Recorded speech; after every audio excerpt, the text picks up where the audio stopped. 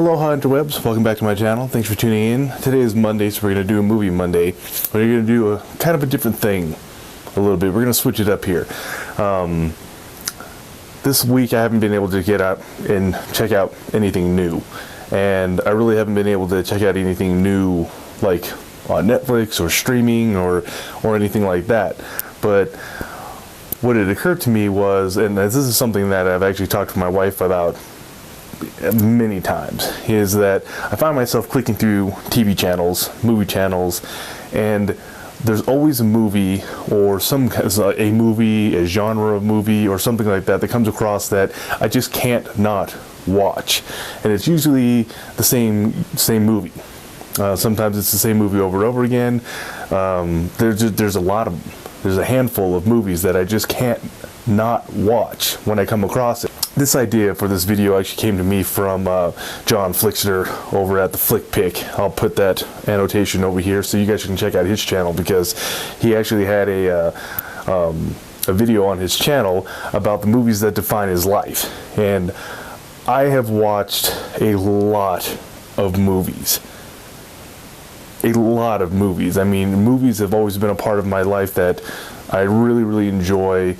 Good ones, bad ones, really crappy, cheesy ones, movies. I've watched a lot of movies in my time on this planet so far. That's why I do movie reviews. I like to talk to you guys about the movies that I've seen. So there's a ton of movies that come across my my TV that I just can't not watch. I have to watch till the end for some reason. And these movies aren't necessarily the best movies I've ever seen or the best movies I've ever made, but for some reason it triggers something about maybe from my childhood or from my past that I really enjoyed, and I have to watch them. So I thought this would be a fun little kind of getaway from doing regular old movie reviews. So I'm going to be doing a series of these, 80s, 90s, and then today. Except for next weekend, because The Desolation of Smog is coming out and I'm watching it, and so that will be out next weekend. But this weekend we're talking about 80s movies, so let's get to it. So number 3 on the list from the 80s is The Goonies. This one comes to us from 1985, and for some reason this movie, and it's not the greatest, it is great. It is a good movie. I really like it, and I would have to say that it is probably one of the greatest movies made in the 80s. I like it. It's fun. And back in the day when I saw it for the first time, I was a kid, and I would like to believe that there's adventures like that could exist, and that you could go on, and there's danger, but not so much danger that you as a kid couldn't get away from it or couldn't get around it. Adventures that would lead to something bigger than you. I mean, who doesn't want to believe that there's something like that going on, especially when you're a kid? So I was, around the age of the kids in this movie when it came out. It was fun. It's just a good time movie, and I think it always sparks that part of my childhood where I was like, oh, that would be so awesome to find a pirate ship. So I don't know about you, but I think it would have been awesome to come across a pirate ship when I was a kid. Movie number 2 is Aliens. Not the first one, the second one. Aliens, where the colonial Marines go back to the planet to search for colonists that have been wiped out by aliens, and then they had to beat the crap out of the aliens. That pretty much says it all right there, doesn't it? The colonial Marines beating the crap out of aliens, and there's just so many great scenes.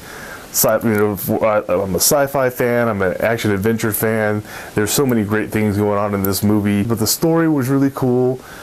The acting was actually pretty good. Special effects were awesome. And it's just a great, hero movie. And who doesn't want to watch Ripley beat the crap out of a giant alien with a, mechanized loader thing? When you guys saw the people walking around with the little robots, how could you not know the foreshadowing on that one? And number 1 is The Terminator. I just can't not watch that. There's just so many things about the sci-fi genre, time travel, and the humans versus machine theme that has been, you know, a constant theme throughout, you know, movie making for quite some time. It happens all the time. Man versus machine.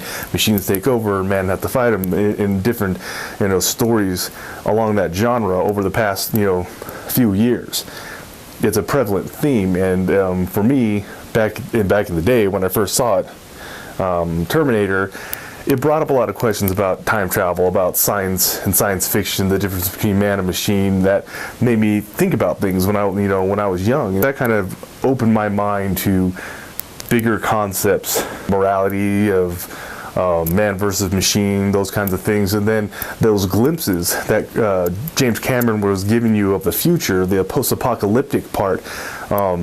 If you've watched any of my like Walking Dead movies or any movie reviews where there's like a zombie or a post-apocalyptic theme, you know that I like this. And this is one of the reasons why, is because James Cameron hit that tone of what do you do after? What happens after?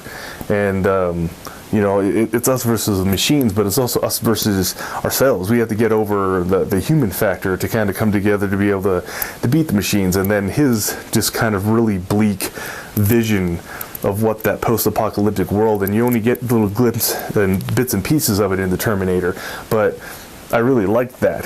It really sparked my imagination, and it actually really affected my artwork and the way that I think of and perceive the space-time continuum. So when it comes to, I don't know about you guys, but when it comes to any other movie that has to do with time travel and that whole theme of man versus machine, I automatically think of this movie and I reference everything to it.